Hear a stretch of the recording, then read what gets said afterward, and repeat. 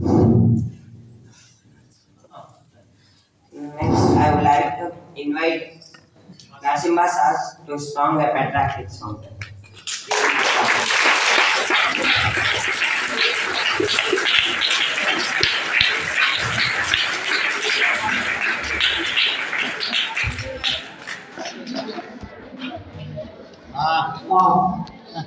నా ముందు కూర్చున్న మా పిల్లలు ఎంత శ్రద్ధగా వింటారో నేను చెప్పలేనంత కలగా భావిస్తాను. కానీ ఇక్కడ మనకు సర్వేపల్లి రాధాకృష్ణన్ గురించి, సర్వేపల్లి రాధాకృష్ణన్ పెద్ద గొప్ప ఉపాధ్యాయుడు.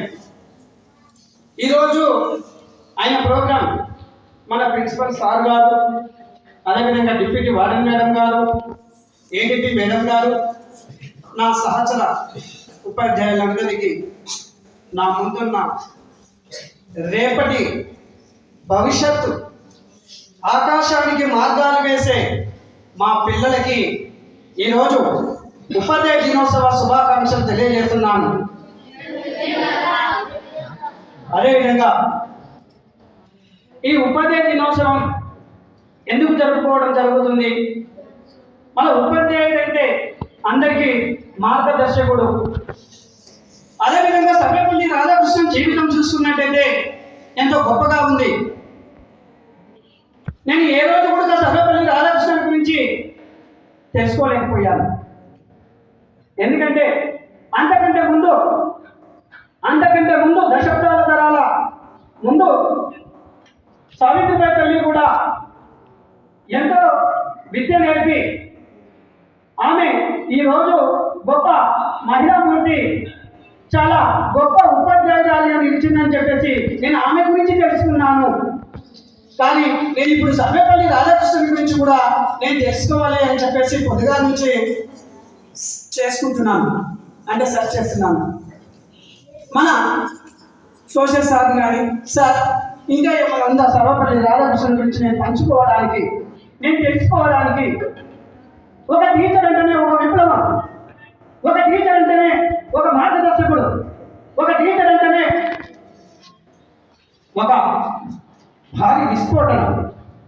అలాంటి వ్యక్తిత్వాన్ని, అలాంటి వృత్తి పరంగా ఉన్న ఆయన సర్వేపల్లి రాధాకృష్ణన్ గారికి మరొకసారి నా శిరస్సు వంచి నమస్కరిస్తున్నాను.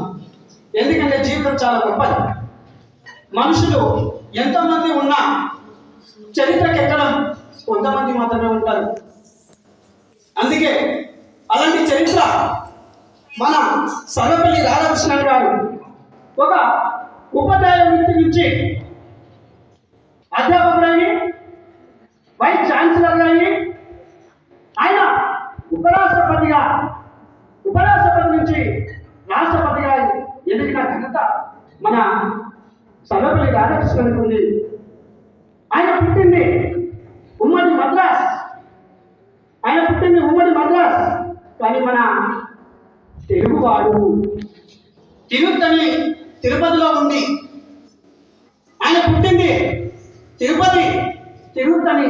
మన ఈరోజు ఒక తెలుగువాడు ఈరోజు జాతీయ ఉపాధ్యాయ దినోత్సవం జరుపుకోవడం అనేది మనందరికీ ఎంత సంబరంగా ఉందంటే నేను చెప్పలేనంతగా ఆనందంగా అనిపిస్తుంది. ఎందుకంటే ఈరోజు